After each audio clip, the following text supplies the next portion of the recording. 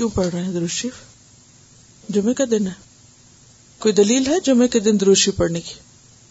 حدیث کی مجلس ہے اور نبی صلی اللہ علیہ وسلم کا ذکر بار بار آ رہا ہے، اور اس میں خاص طور پر شعوری طور پر درود شریف پڑھنے کی کوشش جو ہے وہ اس احساس کو تازہ کرتی ہے کہ ہم کس کے ساتھ ہیں، یعنی علمی طور پر، قلبی طور پر ان کے جو احسانات ہیں ہم پر، ان کا بدلہ تو ہم نہیں دے سکتے سوائے اس کے کہ ہم درود شریف کی شکل میں آپ پر دعائے خیر کر کے کچھ اس کام میں شریک ہو جائیں.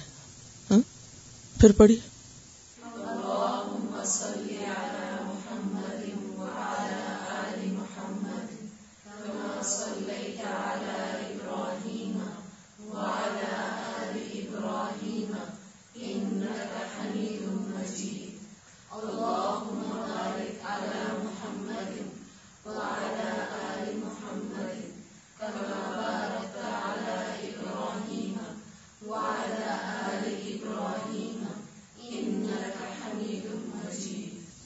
اور کیا سبجیکٹ پڑھ رہے ہیں؟ حسن اخلاق. دعا مانگی.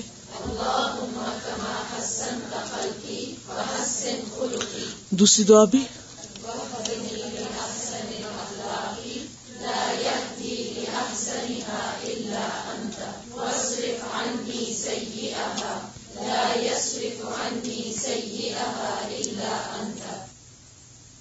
ہمارا آج کا موضوع انشاءاللہ الکلام ہی ہے، اور گزشتہ ہفتے ہم نے جو احادیث پڑھی تھی اگلی حدیث سے ہم آج کی گفتگو کا آغاز کریں گے انشاءاللہ. حدیث نمبر 48 سے ان عائشہ قالت کان کلام رسول اللہ صلی اللہ علیہ وسلم کلاما فصلا یفہمہ کل من سمعہ لم یکن یسرد سردا. رواہ ابو داؤد. آپ کے ہاں جو روایت لکھی ہوئی ہے اس میں آخری حصہ نہیں ہے. جب میں آج اس کو دوبارہ پڑھ رہی تھی تو یہ حصہ بھی مجھے ملا، تو آپ اس کو شامل کر لیں. یہ ابو داؤد ہی کی روایت ہے. لم یکن یسرد سردن، سردی لکھتے ہیں نا آپ لفظ، بس اسی سے ہے، سین رے دال سے. لم یکن یسرد سردن.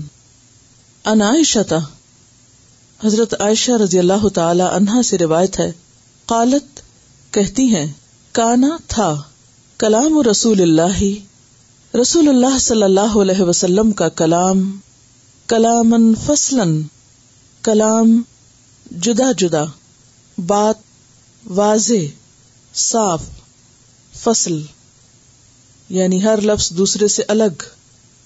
یفہمہ، سمجھ لیتا تھا اس کو، کل من سمعہ، ہر وہ شخص جو اس کو سنتا تھا.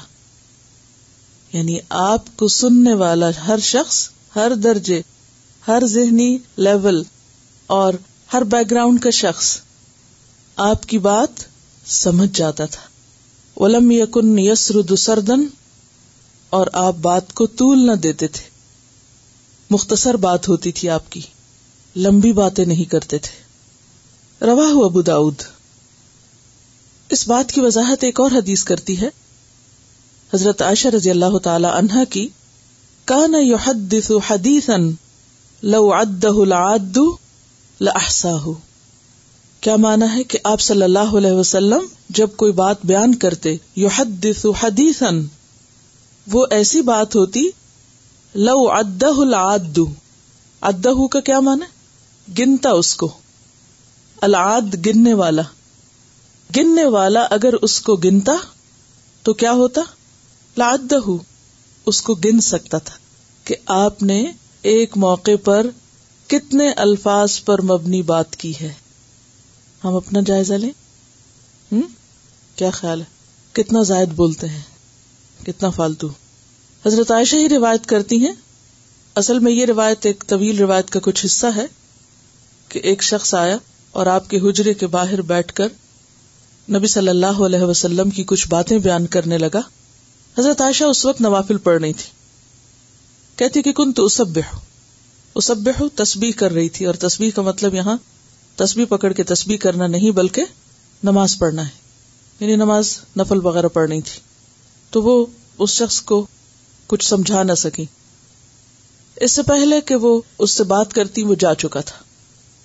اب ظاہر ہے کہ اس کی باتیں دوسرے لوگوں نے سنی، تو اس موقع پر حضرت عائشہ بس اتنی بات کرتی ہیں کہ ان رسول اللہ صلی اللہ علیہ وسلم لم یکن یسرد الحدیث کسردکم، کہ آپ صلی اللہ علیہ وسلم تم لوگوں جیسی لمبی لمبی باتیں نہیں کیا کرتے تھے.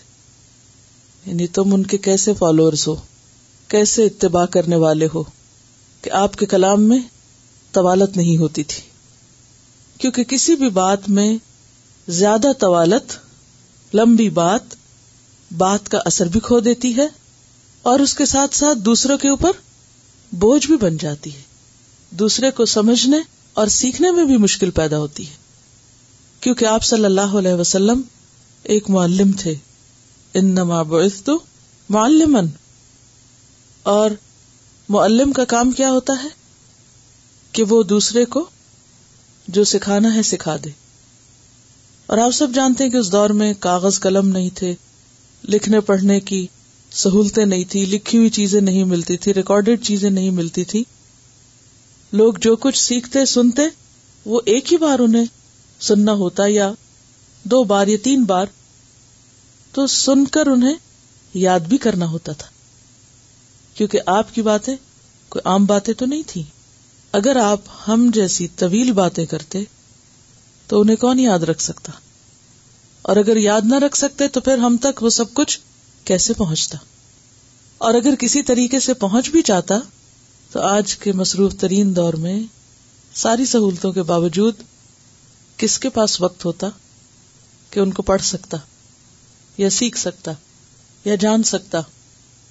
آج بھی ہم میں سے کتنے لوگ نبی صلی اللہ علیہ وسلم کی ہوئی باتیں ساری جانتے ہوں؟ کتنی معلوم ہے؟ سوچئے کتنے فیصد. مختصر ترین کلام کے باوجود حدیث نبی صلی اللہ علیہ وسلم کا کتنے فیصد حصہ ہم جانتے ہیں؟ نہیں جانتے. تو اگر وہ طویل ہوتا تو اور زیادہ مشکل ہو جاتی. حضرت جابر کہتے ہیں، یہ آپ کے صحابہ ہیں، آپ کے ساتھی ہیں جو آپ کی گفتگو کے بارے میں آگے لوگوں کو بتاتے ہیں. حضرت جابر کہتے ہیں، کان فی کلام النبی صلی اللہ علیہ وسلم ترتیل او ترسیل. کان فی کلامہ ترتیل او ترسیل. کیا معنی؟ ترتیل کا کیا معنی؟ ٹھہر ٹھہر کے کسی چیز کو پڑھنا، اور نہ صرف یہ کہ ٹھہر ٹھہر کے پڑھنا بلکہ ہر لفظ کو واضح کر کے ادا کرنا، اس کی حرکات اور اس کے مخارج کے ساتھ، یعنی پوری طرح واضح بھی کرنا اور آہستہ بھی بات کرنا. ترتیل کا معنی تأنی بھی ہوتا ہے، تمہل بھی ہوتا ہے. تأنی کا مطلب ہوتا ہے ٹائم لے کے بات کرنا، ٹھہر ٹھہر کے بات کرنا، اور حروف اور حرکات کو واضح کر کے بات کرنا. کیسے؟ ٹھہر کے بات کرنا اور حروف اور حرکات کو واضح کر کے بات کرنا. یہ تھا آپ صلی اللہ علیہ وسلم کا کلام. اور اس حدیث میں بھی کیا آتا ہے؟ کان کلام رسول اللہ صلی اللہ علیہ وسلم کلاما فصلا یفہمہ کل من سمعہ. اب ذرا اپنا جائزہ لیتے ہیں ہم.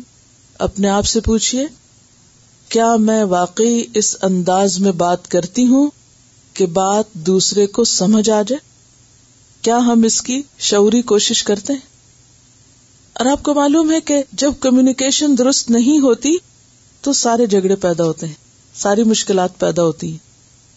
ہم جب کہنا کچھ چاہتے ہیں کہتے کچھ اور ہیں، یا واضح طور پر نہیں کہتے تو سننے والا بھی اس کو درست نہیں سمجھتا.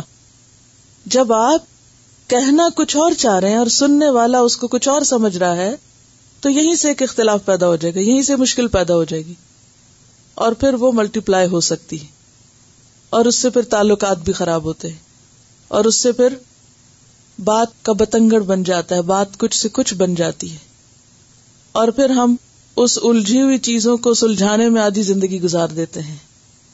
ہماری زندگی کا ایک بڑا حصہ محض مس انڈرسٹینڈنگز کو دور کرنے میں گزر جاتا ہے. تو کیا یہ بہتر نہیں کہ پہلے ہی درجے پر کوشش کی جائے کہ مس انڈرسٹینڈنگ پیدا نہ ہو؟ اور اس کے لیے بہتر کیا ہے کہ بات اس انداز میں کریں کہ دوسرے کو سمجھ آئے. اور خاص طور پر اس حدیث میں کل من، ہر ایک سمجھتا تھا، ہر ایک سمجھتا تھا. ہماری بات اگر چند لوگ سمجھ بھی جائیں تو دوسرے نہیں سمجھ پاتے، کیونکہ ہم رعایت نہیں کرتے، دوسرے کی کیئر نہیں کرتے، دوسرے کا خیال نہیں رکھتے. فکر ہے ہمیں تو صرف اپنی ہے، دوسروں کے لیے جینا تو سیکھا نہیں. اور گفتگو ایک ایسی چیز ہے جو ہم سب سے زیادہ دوسروں سے کرتے ہیں. کسی کے لیے کچھ کریں یا نہ کریں، باتیں ضرور کر لیتے، اور اگر باتیں بھی ایسی ہوں کہ جو دوسرے کو فائدہ نہ دیں تو ہم نے اپنی زندگی سے دوسروں کو کیا فائدہ پہنچایا، کیا دیا کسی کو. اگلی حدیث دیکھیے. عن انس عن النبی صلی اللہ علیہ وسلم انہ کان اذا تکلم بکلمۃ اعادها ثلاثا حتى تفهم وَإِذَا أَتَى عَلَى قَوْمٍ فَسَلَّمَ عَلَيْهِمْ سَلَّمَ عَلَيْهِمْ ثَلَاثًا. عن انس رضی اللہ عنہ سے روایت ہے، عن النبی صلی اللہ علیہ وسلم، نبی صلی اللہ علیہ وسلم سے، انہو بے شک آپ، کانا تھے، اذا تکلم جب کلام کرتے، بات کرتے، بکلمۃ کوئی بات، اعادہا دہراتے اس کو، لوٹاتے اس کو، ثلاثاً تین بار، حتی یہاں تک کہ تفہم سمجھ لیا جاتا، یعنی تین بار تک آپ اس کو ریپیٹ کرتے یہاں تک کہ آپ کی بات دوسروں کو سمجھ آ جاتی. اس سے مراد یہ نہیں کہ ہر بات ہی آپ تین بار بولتے تھے، اس سے مراد یہ کہ جو اہم باتیں ہوتی یا جب آپ یہ محسوس کرتے کہ دوسرا شخص بات سننے میں مشکل محسوس کر رہا ہے تو اس کو تین بار دہراتے.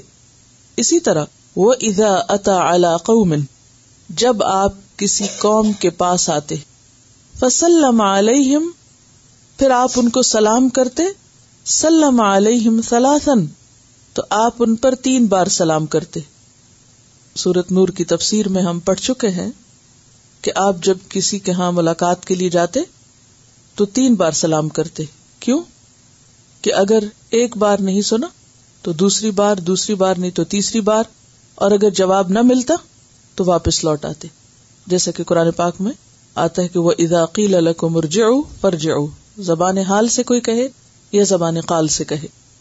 ترمذی کی روایت میں اس حدیث کی مزید وضاحت ملتی ہے حضرت انس رضی اللہ عنہ ہی سے کہ کان اذا تکلم یعید الکلمۃ ثلاثا لتعقل عنہ، کہ نبی صلی اللہ علیہ وسلم جب بات کرتے تو تین بار دہراتے تاکہ آپ کی بات سمجھ لی جائے. گویا آپ کی توجہ کس پر ہوتی کہ لوگ آپ کی بات سمجھ جائیں، سمجھانے پر دوسرے کی تسلی کراتے. بخاری کی روایت میں آتا ہے کہ انما بعثت بجوامع الکلم، کہ مجھے جامع کلمات کے ساتھ بھیجا گیا ہے. تو ان احادیث سے کیا بات سمجھ میں آئی آپ کو؟ کیا سیکھا آپ نے؟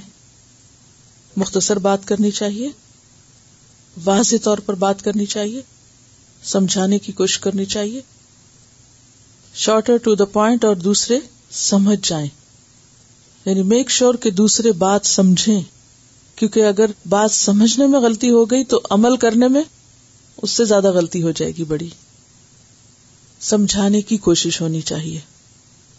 اور آپ دیکھیے کہ تین بار اسی وقت بات ہو سکتی ہے جب بات چھوٹی ہو، اور اگر بات بہت طویل ہو اور پھر وہ تین بار بھی ہو تو سننے والے کا حال کیا ہو جائے گا.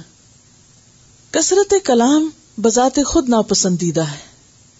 بہت زیادہ باتونی ہونا، بہت باتیں کرنا ناپسندیدہ چیز ہے. زیادہ بولنا کب ہوتا ہے؟ جب انسان سوچتا کم ہے، اور کم سوچنا کم عقلی ہے.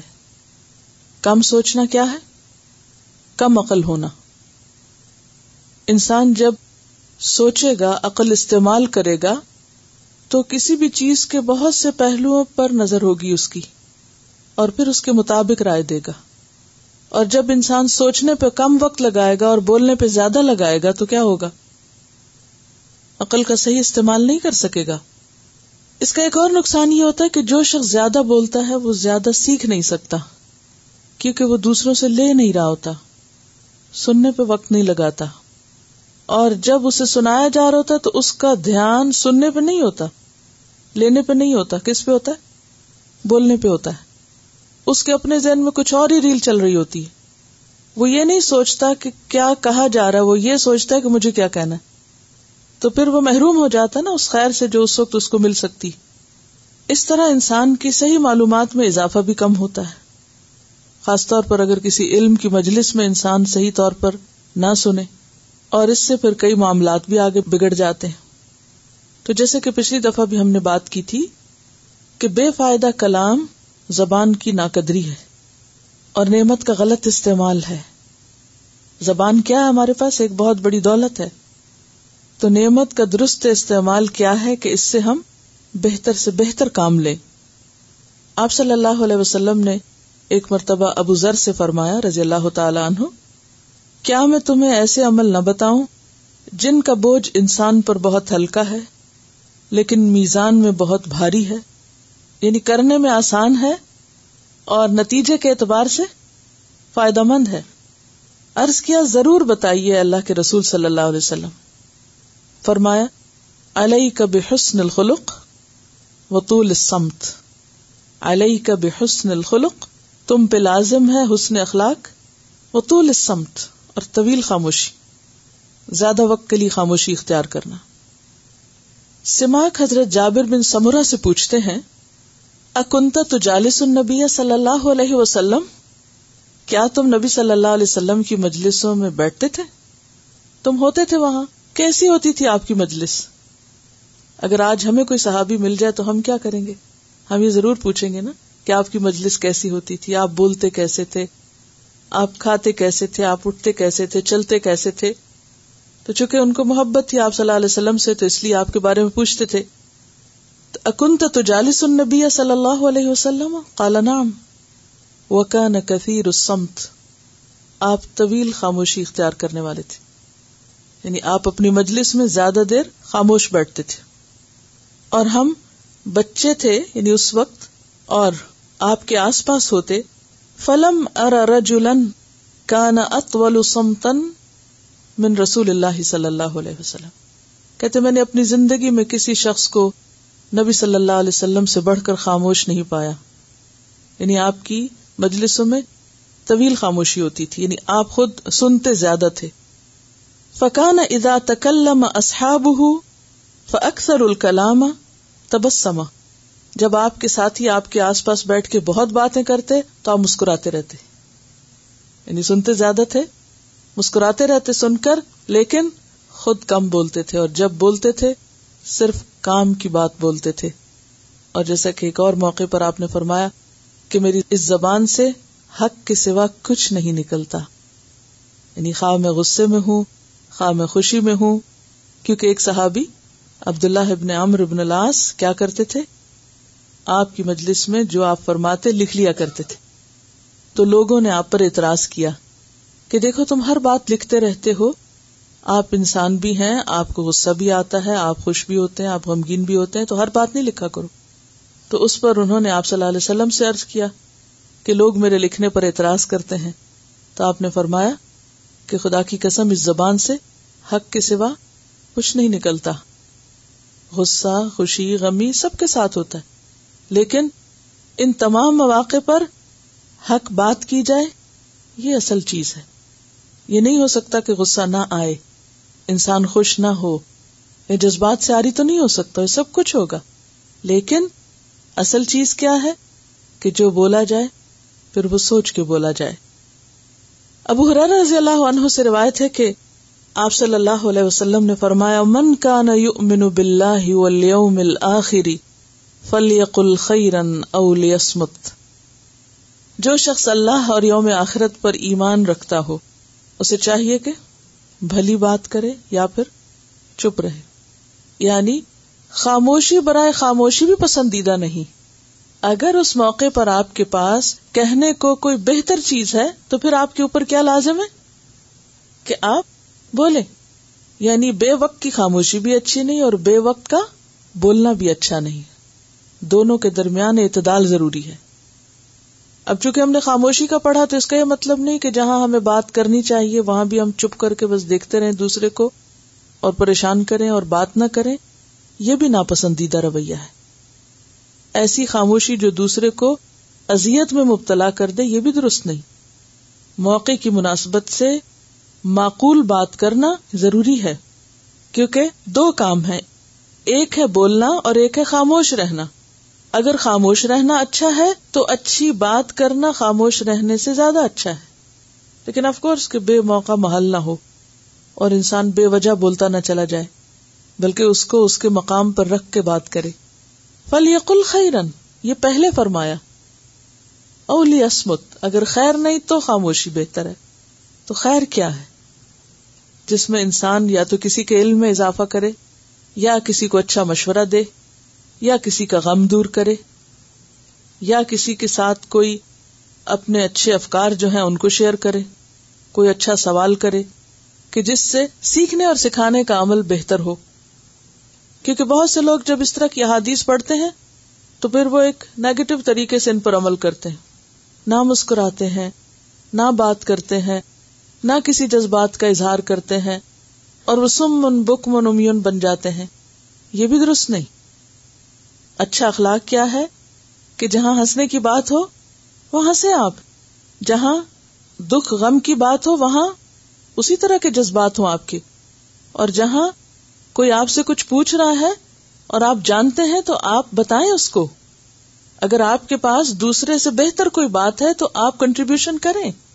فَلْيَقُلْ خَيْرًا، خیر کو بانٹنا چاہیے، خیر کے ساتھ بخل نہیں کرنا چاہیے، خیر کو شیئر کرنا چاہیے، لیکن موقع محل کے ساتھ، مناسب انداز میں، ضرورت کے مطابق، بلا ضرورت نہیں. اصل چیز اعتدال ہے. اب اگر اس وقت میں خاموشی اختیار کر لوں تو یہ خاموشی فائدہ مند نہیں ہوگی، کیونکہ ایک معلم جو ہے اسے سکھانا ہے، اور سکھانے کے لیے جو ضرورت کی بات ہے وہ بتانا ہے. ہاں، irrelevant باتیں، ادھر ادھر کی باتیں جو موضوع سے ہٹ کر ہوں اور وقت گزاری کا باعث ہو، وہ درست نہیں. لیکن اگر کوئی ایسی چیز جو آپ کے علم میں، عمل میں اضافے کا سبب ہو، بہتری کا سبب ہو، تو وہ بولنا اور وہ بتانا بے فائدہ نہیں. یہ کس میں آتا ہے؟ خیر میں آتا ہے. یہ خیر بانٹنا ہے. فَلْيَقُلْ خَيْرًا، خیر بانٹنا چاہیے، اس میں بخل نہیں کرنا چاہیے، لیکن اعتدال کے ساتھ. اصل میں سمجھداری کیا ہے کہ جہاں بولنے کی ضرورت ہو وہاں بولا جائے، اور جہاں خاموشی کی ضرورت ہو وہاں خاموش رہا جائے، خود بھی بولا جائے اور دوسرے کو بھی بولنے کا موقع دیا جائے. مشکل کہاں ہوتی ہے کہ جب آپ صرف اپنی سناتے جاتے ہیں اور دوسرے کو بات کرنے کا موقع نہیں دیتے. موقع کی مناسبت سے بامقصد گفتگو ہونی چاہیے. جو شخص زیادہ بولتا ہے وہ سیکھ نہیں سکتا.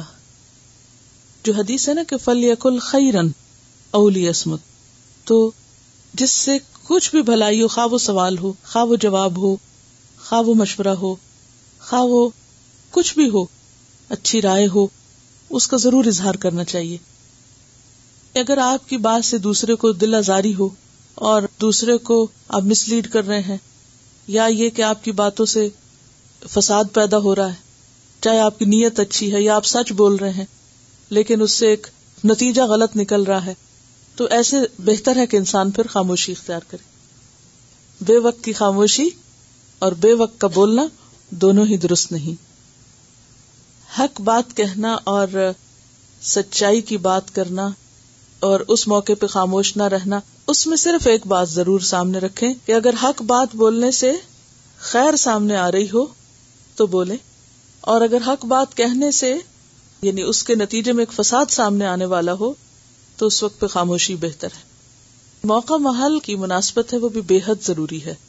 بعض لوگ خوشی کے محفل میں سنجیدہ ہو کے منہ بنا کے بیٹھ جاتے ہیں اور جو دوسرے کی بھی خوشی چھین لیتے ہیں، یہ بھی ناپسندیدہ ہے. آپ صلی اللہ علیہ وسلم کیا کرتے؟ صحابہ خوب بول رہے ہیں، آپ کیا کرتے رہتے تھے؟ آپ صرف سنجیدہ ہو کے خوفزدہ شکل بنا کے نہیں بیٹھ جاتے تھے، بلکہ آپ مسکراتے رہتے تھے، یعنی سنتے رہتے تھے، مسکراتے رہتے تھے. اور جہاں کوئی ایسی بات ہوتی جو درست نہیں ہوتی تو آپ بیچ میں روک بھی دیتے تھے کہ ایسے نہیں، ایسے کہو. جہاں اصلاح کی ضرورت ہوتی وہاں اصلاح بھی کرتے تھے. دہرانے والی بات بھی بہت ضروری ہے کہ اگر کسی کو سمجھ نہیں آئی تو ہم دہرانے میں بعض اوقات بہت ناراض ہوتے ہیں. پہلی دفعہ کہاں تھے؟ پہلے کیوں نہیں سنا؟ یعنی ہم عموماً غصے کا اظہار کرتے ہیں اگر کوئی ہم سے دوبارہ بات پوچھے تو وہی بات ریپیٹ کرنے کو کہے. الفاظ کھانے نہیں چاہیے.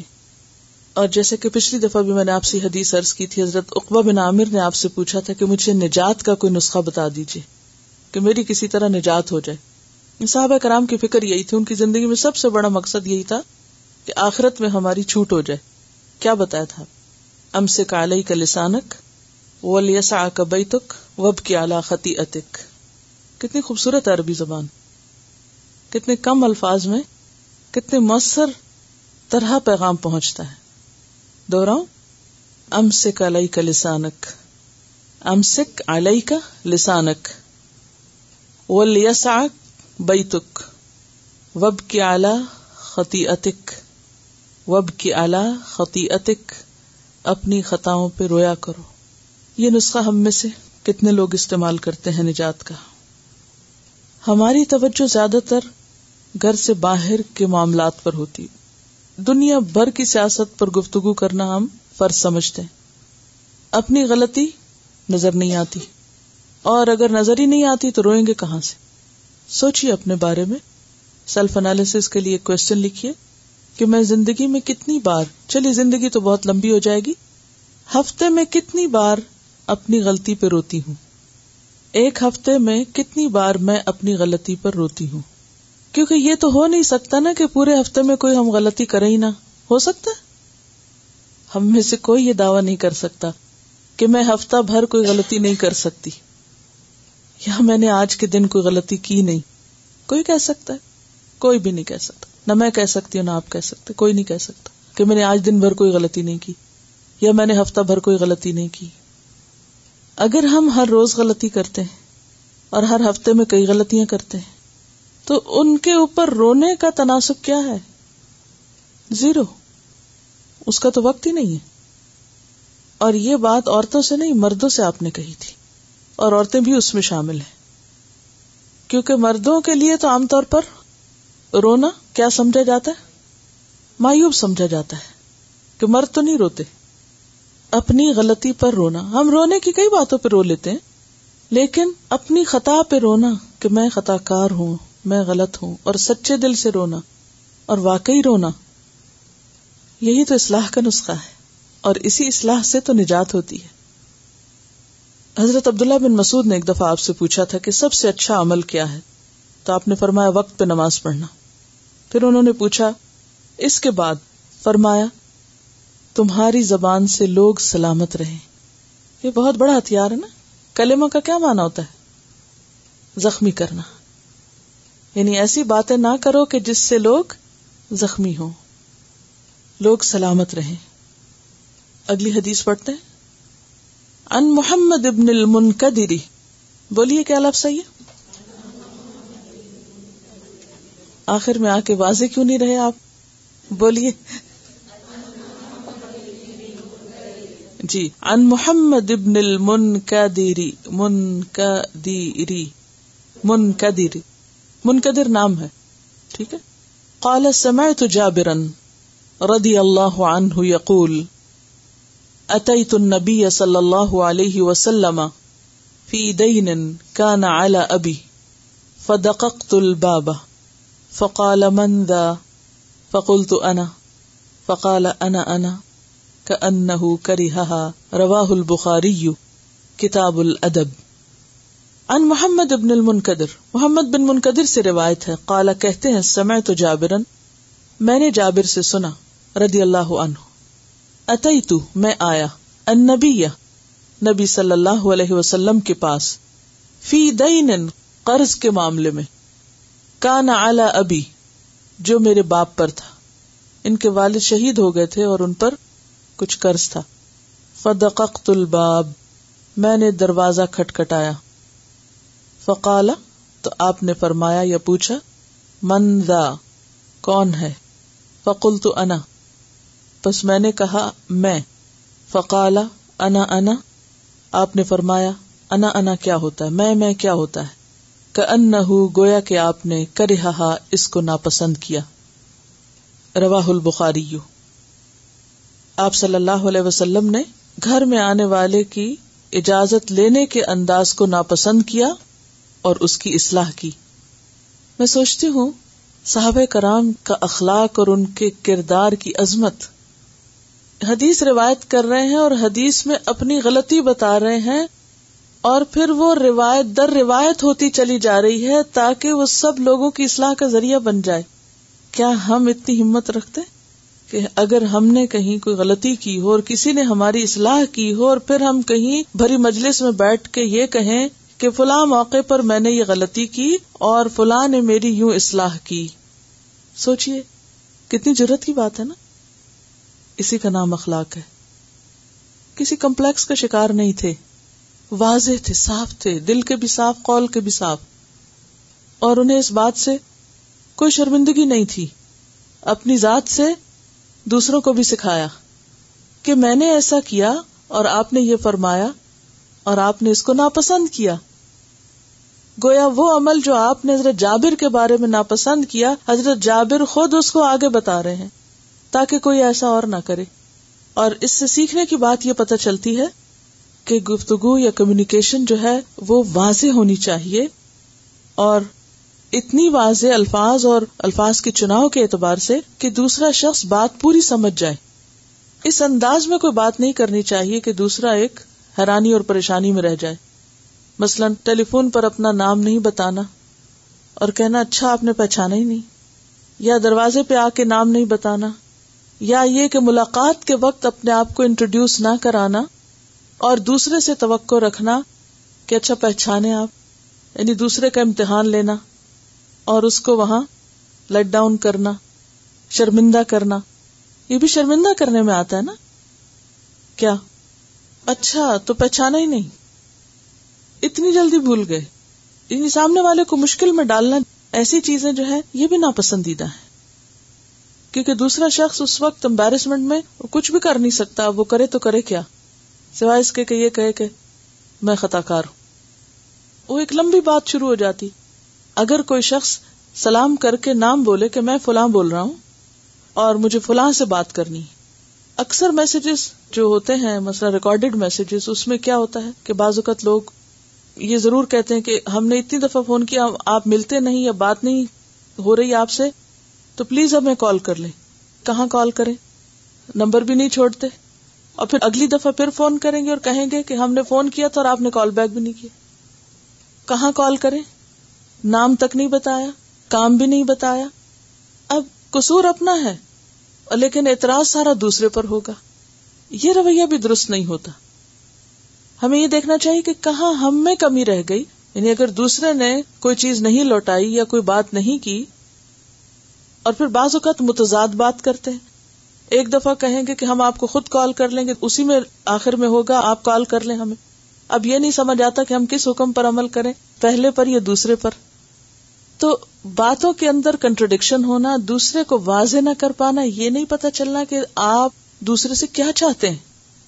یعنی دوسرے کو یہ بتانا بے حد ضروری ہوتا ہے کہ آپ کی اس سے کیا ایکسپیکٹیشن ہے. اگر آپ اپنی ایکسپیکٹیشن بتا دیں تو دوسرا آپ سے اسی کے مطابق معاملہ کر لے گا. یہاں جو راوی ہیں محمد ابن المنکدر، کون ہوں گے یہ بھلا؟ صرف حدیث کی چین پڑھ کر یہ بتا دیجئے کہ یہ کون ہو سکتے ہیں. تابعی ہیں. کیوں تابعی ہیں؟ تابعی جو صحابی سے روایت کرتے ہیں یا ان سے ملاقات کرتے ہیں، جنہوں نے اپنی زندگی میں کسی صحابی سے ملاقات کی ہو. عروہ بن زبیر کی جب بات پڑھی تھی تو اس میں بھی ہم نے پڑھا تھا. محمد بن المنکدر جو ہیں، ان کی کنیت ابو عبداللہ ہے، اور ان کے والد کا نام بھی عبداللہ تھا، محمد بن المنکدر بن عبداللہ. اور یہ تیمی ہیں، قریشی ہیں، مدنی ہیں، یعنی مدینہ کے رہنے والے ہیں. زہد اور تقوی میں بہت اونچا مقام رکھتے ہیں. حافظ ذہبی لکھتے ہیں کہ ان کی ثقاہت ہوتی ہے ثقہ. ثقہ کون ہوتا ہے؟ صحیح حدیث میں ثقہ کا پڑھا ہوگا. ان کی ثقاہت اور علمی اور عملی برتری پر سب کا اتفاق ہے. یعنی علم اور عمل دونوں میں بہت آگے تھے. ابن حجر ان کے بارے میں لکھتے ہیں کہ قرآن کے ممتاز قاری تھے. امام مالک انہیں سید القراء کہتے ہیں. امام مالک کون ہے؟ جانتے ہیں نا؟ یعنی 4 اسکول آف تھاٹس میں جو ایک امام ہے امام مالک، وہ ان کے بارے میں کہتے ہیں. اب یہ کسی عام بندے کی رائے نہیں ہے، اس لیے میں نے اس کو دہرایا کہ امام مالک کون ہے. امام مالک محمد ابن المنکدر کے بارے میں کہتے ہیں کہ وہ سید القراء ہیں، یعنی قاریوں کے بھی سردار ہیں، یعنی بہت اچھا قرآن پڑھتے ہیں. گواہی آپ دیکھیے جو تاریخ میں لکھی گئی ان کے حق میں. ہمارے حق میں کون گواہی دے گا کہ ہم قرآن ٹھیک پڑھتے ہیں؟ اچھا تو چھوڑے، ہمارے بچے دیں گے؟ اصل بات یہ کہ قرآن ہماری اب پرائرٹی نہیں رہا، اور یہ کام ہم سمجھتے بھی نہیں. قرآن ٹھیک پڑھنا آتا تب بھی، نہیں آتا تب بھی، کوئی بات نہیں، اتنی امپورٹنس نہیں اس کی. حالانکہ یہ اللہ کا کلام ہے، اور اگر اللہ کا کلام صحیح نہیں پڑھنا آتا تو کیا پڑھا؟ تو اس کے لیے کم از کم ہمیں جب تک زندہ ہے کوشش تو کرتے رہیں. کوشش شرط ہے، اور کوشش کے ساتھ ہر چیز ہو سکتی ہے. پرائرٹی کی بات ہے کہ کیا چیز آپ کی نظر میں اہم ہے. حدیث کے بہت نامور حافظ تھے. حافظ ذہبی انہیں امام وقت کے نام سے یاد کرتے ہیں. انہوں نے صحابہ اور تابعین کی ایک بڑی جماعت سے فائدہ اٹھایا. صحابہ کرام میں انہوں نے حضرت ابو ایوب انصاری، انس ابن مالک، جابر جن سے ابھی آپ نے دیکھا روایت کی، ابو امامہ، عبداللہ ابن عمر، عبداللہ بن عباس، عبداللہ بن زبیر، ابو قتادہ، حضرت عائشہ، ان سے حدیث سیکھی، ان سے علم حاصل کیا. یعنی آپ خود سوچئے کہ محمد ابن المنکدر کے استاد کون کون ہیں؟ مشہور صحابہ کرام. تابعین میں سعید ابن المسیب، عروہ بن زبیر، معاذ بن عبد الرحمن، سعید بن عبد الرحمن ابن یربوع اور دیگر لوگ بھی ہیں. ابن عیینہ کہتے تھے کہ وہ صدق کی کان تھے. صدق کس کو کہتے ہیں؟ سچ، سچائی کی کان تھے، کہ آپ ان کے پاس جا کے بیٹھیں تو اتنی سچی باتیں آپ کو ملیں گی کہ جیسے کان آپ کھودیں اور اس میں سے سونا نکلتا ہے اور نکلتا ہے اور نکلتا ہے. یعنی جتنا علم ان کے پاس تھا، جتنی باتیں ان کے پاس تھی، وہ سچائی پر مبنی تھی. ہم عام طور پر کن محفلوں کو انجوائے کرتے ہیں جہاں ہنسی مذاق ہو، چاہے وہ جھوٹی باتیں کیوں نہ ہو. کسی کی جھوٹی تعریفیں، کسی کا مذاق اڑانا، کسی کا کچھ، تم کہتے ہم نے بہت انجوائے کیا. جبکہ ان کے بارے میں کیا آتا ہے کہ سچائی کی کان تھے، کوئی غلط بات یا جھوٹی بات اپنی زبان سے نہیں نکالتے تھے. بڑے بڑے نیک لوگ ان کے پاس آ کے بیٹھتے تھے، صلحاء ان کی مجلس میں آ کے بیٹھتے، اور ان کے سوا کسی کو اس کا اہل نہیں دیکھا کہ کوئی کہے یہ بات اللہ کے رسول صلی اللہ علیہ وسلم نے فرمائی ہے اور اسے مان لیا جائے. جب یہ کسی کو یہ کہہ دیتے کہ یہ اللہ کے رسول صلی اللہ علیہ وسلم نے فرمایا تو اس کے پاس دوسری بات نہیں ہوتی تھی، وہ فوراً عمل کر لیتا تھا. اتنا وزن تھا ان کی بات میں. آپ دیکھیے کہ ہم بھی بعض اوقات لوگوں کو کہتے ہیں یہ حدیث ہے، یہ اللہ کے رسول صلی اللہ علیہ وسلم نے فرمایا ہے، اپنے بچوں کو کہتے ہیں، آس پاس کہتے ہیں، کوئی سنتا ہی نہیں ہماری بات. کیا وجہ؟ کیوں نہیں سنتے؟ محمد بن منکدر اگر ایک دفعہ کسی کو کہہ دیتے قال رسول اللہ صلی اللہ علیہ وسلم تو کوئی دوسری بات نہیں کرتا تھا، دوسری بات نہیں کوئی کرتا تھا، مان لیتا تھا.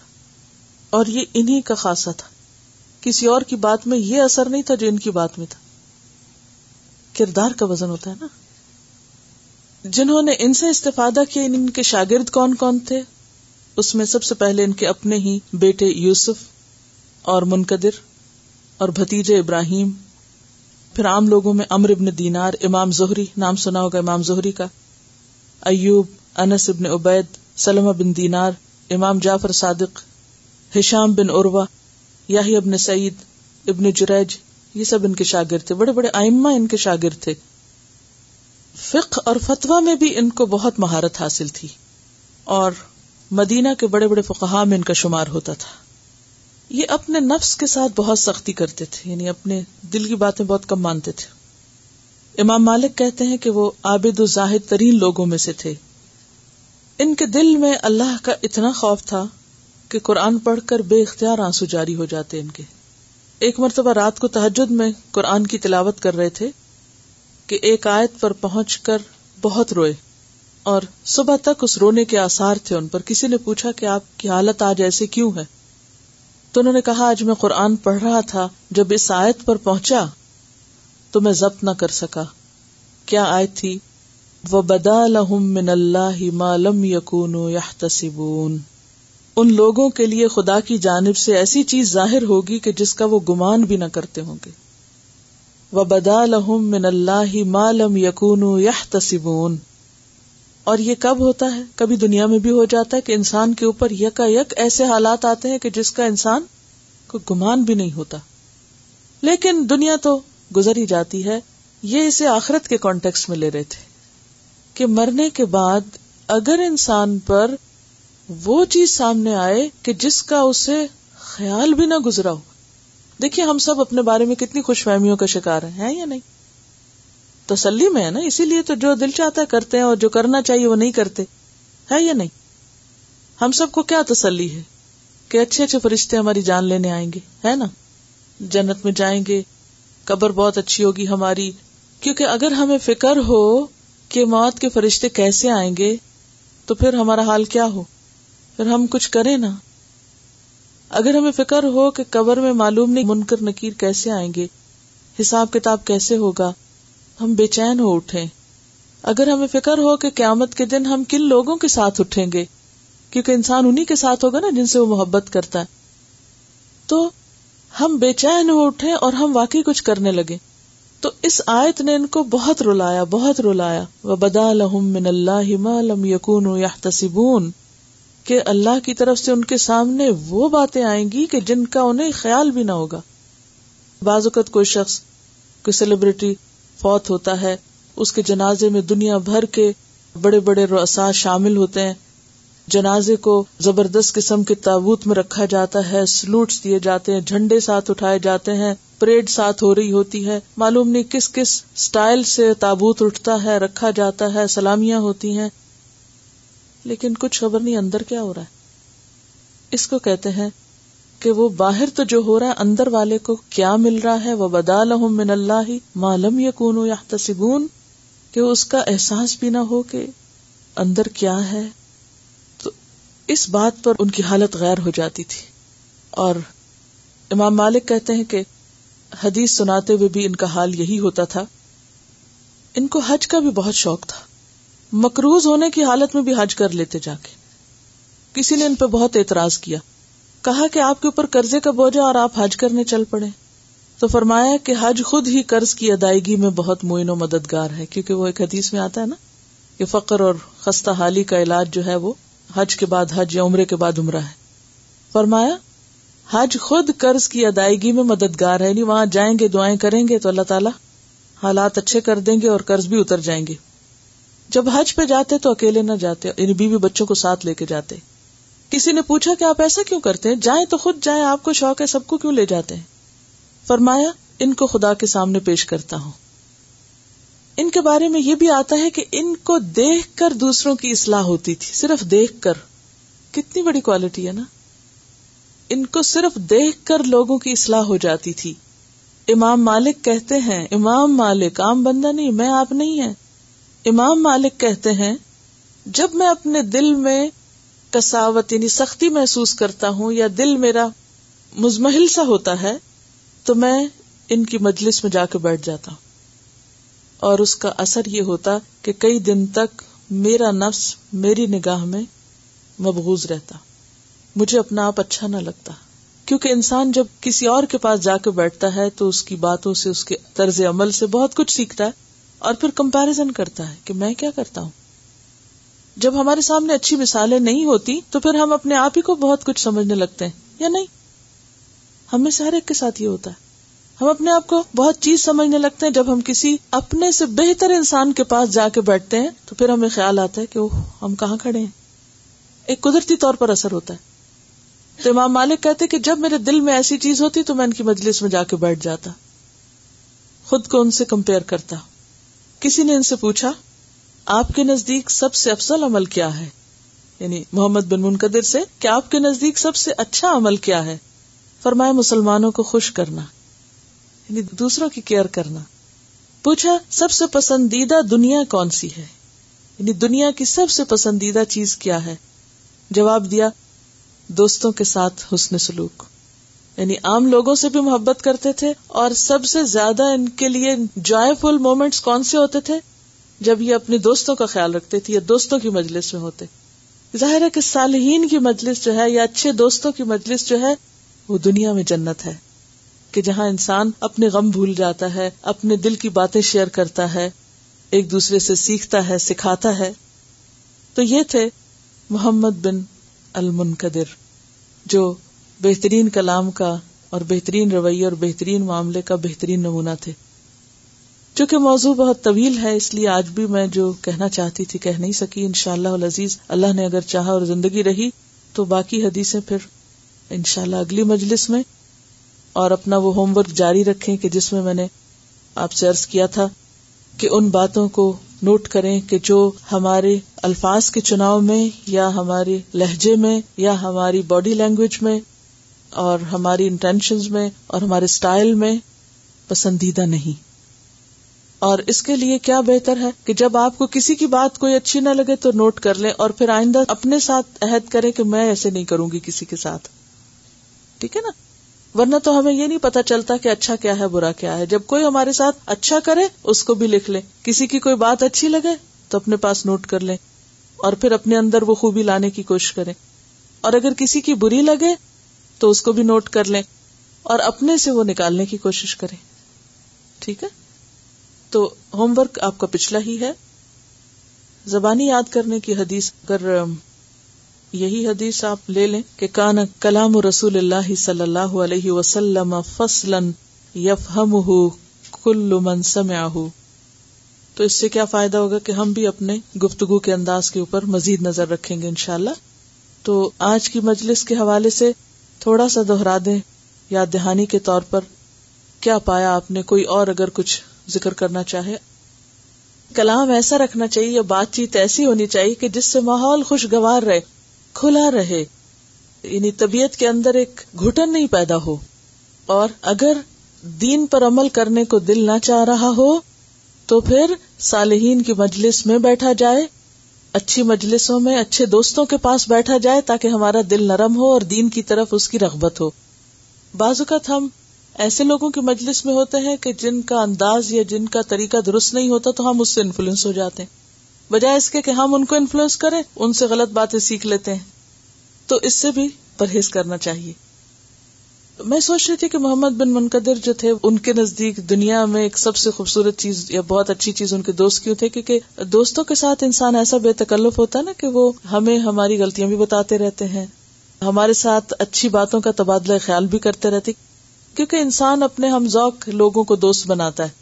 ایسے لوگوں کو آپ دوست نہیں بنا سکتے کہ جن کے ساتھ آپ کی کوئی انڈرسٹینڈنگ نہ ہو یا آپ کے خیالات ایک جیسے نہ ہو. تو جب آپ اچھے دوست بناتے ہیں تو پھر کیا ہوتا ہے کہ آپ ان کے ساتھ اچھی باتیں بھی شیئر کرتے ہیں، ان کو ان کی غلطیاں بتا سکتے ہیں، ان سے اپنی غلطیاں پوچھ سکتے ہیں اور دوستوں کی بات بری بھی نہیں لگتی. انشاءاللہ جب آپ شعوری طور پر کانشیسلی کوشش کریں گے کہ آپ دوسروں کی کیئر کر رہے ہیں، دوسروں کے لیے سہولت کر رہے ہیں، تو انشاءاللہ پھر آپ ایفرٹ کریں گے. ہم دنیا میں ہر اچھی چیز کے لیے ایفرٹ کرتے ہیں نا، اپنے لباس میں، اپنے سٹائل میں، اپنی ہر چیز کو بہتر سے بہتر کرنے کی کوشش کرتے ہیں، اپ ٹو ڈیٹ کرتے ہیں. تو انشاءاللہ جب سنت اور سیرت ہم پڑھ رہے ہیں تو اس کی روشنی میں بھی ہم اپنے سٹائل کو کوشش کے ساتھ بہتر کریں گے انشاءاللہ. سبحانک اللہم و بحمدک نشہد ان لا الہ الا انت نستغفرک و نتوب الیک. السلام علیکم و رحمۃ اللہ.